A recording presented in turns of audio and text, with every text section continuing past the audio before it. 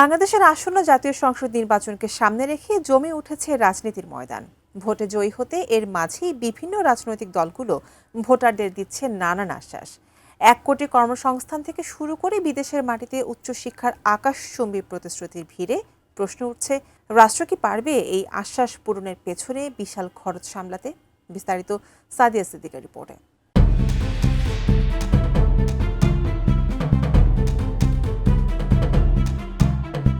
আসন্ন 12 ফেব্রুয়ারি জাতীয় নির্বাচনকে সামনে রেখে বাংলাদেশের রাজনৈতিক অঙ্গনে এখন সাজ রব। এবারের নির্বাচনে জয় পরাজয় নির্ধারণে তরুণ ভোটাররা বড় ফ্যাক্টর হয়ে দাঁড়াবে। এটি বুঝতে পেরে দেশের প্রধান রাজনৈতিক দলগুলো তাদের ইশতেহারে তরুণ প্রজন্মকে আকর্ষণে ঢেলে সাজিয়েছে একগুচ্ছ উচ্চাভিলাষী প্রতিশ্রুতি। আল জাজিরার এক প্রতিবেদনে সম্প্রতি এই বিষয় নিয়ে আলোচনা করা হয়, যেখানে বলা হয় নির্বাচনী প্রচারণার মূল হাতিয়ার হয়ে উঠেছে কর্মসংস্থান সৃষ্টি, বেকার ভাতা এবং উচ্চশিক্ষার জন্য সুদমুক্ত ঋণের মতো বিষয়গুলো।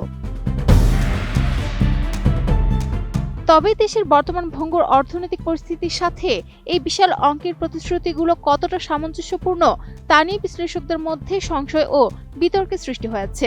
2024 সালের শ্রমশক্তি জরিপ অনুযায়ী বাংলাদেশের বর্তমানে স্নাতক ডিগ্রিধারী তরুণদের মধ্যে বেকারত্বের হার 13.5%, যার সংখ্যার হিসেবে প্রায় 8,85,000।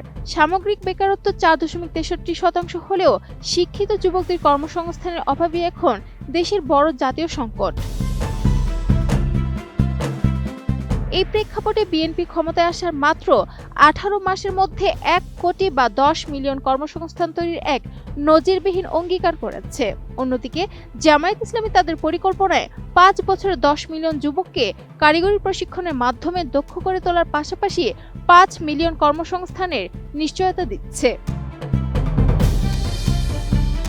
কোয়ালিটি সম্পন্ন আন্তর্জাতিক মানের still bar CSRM, committed for better still. তরুণদের পাশাপাশি সাধারণ ভোটারদের মন জয় করতে উভয় জোটই কার্ড ভিত্তিক জনকল্যাণমূলক সহায়তার ঘোষণা দিয়েছে। বিএনপির প্রধান আকর্ষণ তাদের প্রস্তাবিত ফ্যামিলি কার্ড, যার মাধ্যমে শুরুতে 40 লাখ পরিবারকে মাসিক 2,000 থেকে 2,500 টাকা বা সমমূল্যের নিত্যপণ্য দেওয়া হবে। অন্যদিকে জামায়াত প্রস্তাব করেছে একটি স্মার্ট সোশ্যাল সিকিউরিটি কার্ড, যা নাগরিকের এনআইডি, স্বাস্থ্য ও কর ব্যবস্থার সাথে সরাসরি যুক্ত থাকবে। তবে অর্থনীতিবিদদের মতে বর্তমানে সামাজিক সুরক্ষা খাতে জিডিপির মাত্র 2% ব্যয় করা হয়। বিএনপির এই একটি প্রতিশ্রুতি রক্ষা করতে হলেও এই খাতের বাজেট প্রায় দ্বিগুণ করতে হবে, যা বর্তমান রাজস্ব পরিস্থিতির প্রেক্ষাপটে অত্যন্ত দুরূহ একটি কাজ। শিক্ষা ব্যবস্থায় বড় পরিবর্তনের অংশ হিসেবে BNP one teacher one tab উদ্যোগ এবং মাধ্যমিক স্তরে বাধ্যতামূলক কারিগরি শিক্ষার কথা বলছে। পিছিয়ে নেই জামায়াতও। তারা শিক্ষিত বেকারদের জন্য মাসে 10,000 টাকা পর্যন্ত সুদমুক্ত ঋণের প্রস্তাব দিয়েছে, যা কর্মসংস্থান হওয়ার পর পরিশোধযোগ্য। এমনকি শীর্ষ 100 মেধাবী শিক্ষার্থীকে হার্ভার্ড বা অক্সফোর্ডের মতো বিশ্বসেরা বিশ্ববিদ্যালয়ে পড়ার খরচ বহন করার মতো চমকপ্রদ প্রতিশ্রুতিও দিয়েছে দলটি। তবে মাঠ পর্যায়ে এসব প্রতিশ্রুতির বাস্তবায়ন নিয়ে প্রশ্ন তুলছেন অর্থনীতিবিদরা। বর্তমানে দেশের জিডিপি প্রবৃদ্ধি 4 থেকে 5% নেমে এসেছে এবং রাজস্ব আহরণ বা ট্যাক্স টু জিডিপি রেশিও 7% নিচ্ছে, যা ভারত বা পাকিস্তানের তুলনায় অনেক কম।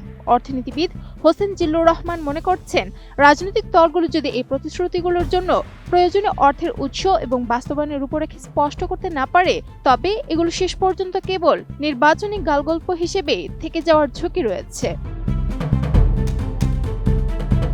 Sadia Siddiqa, ATN news.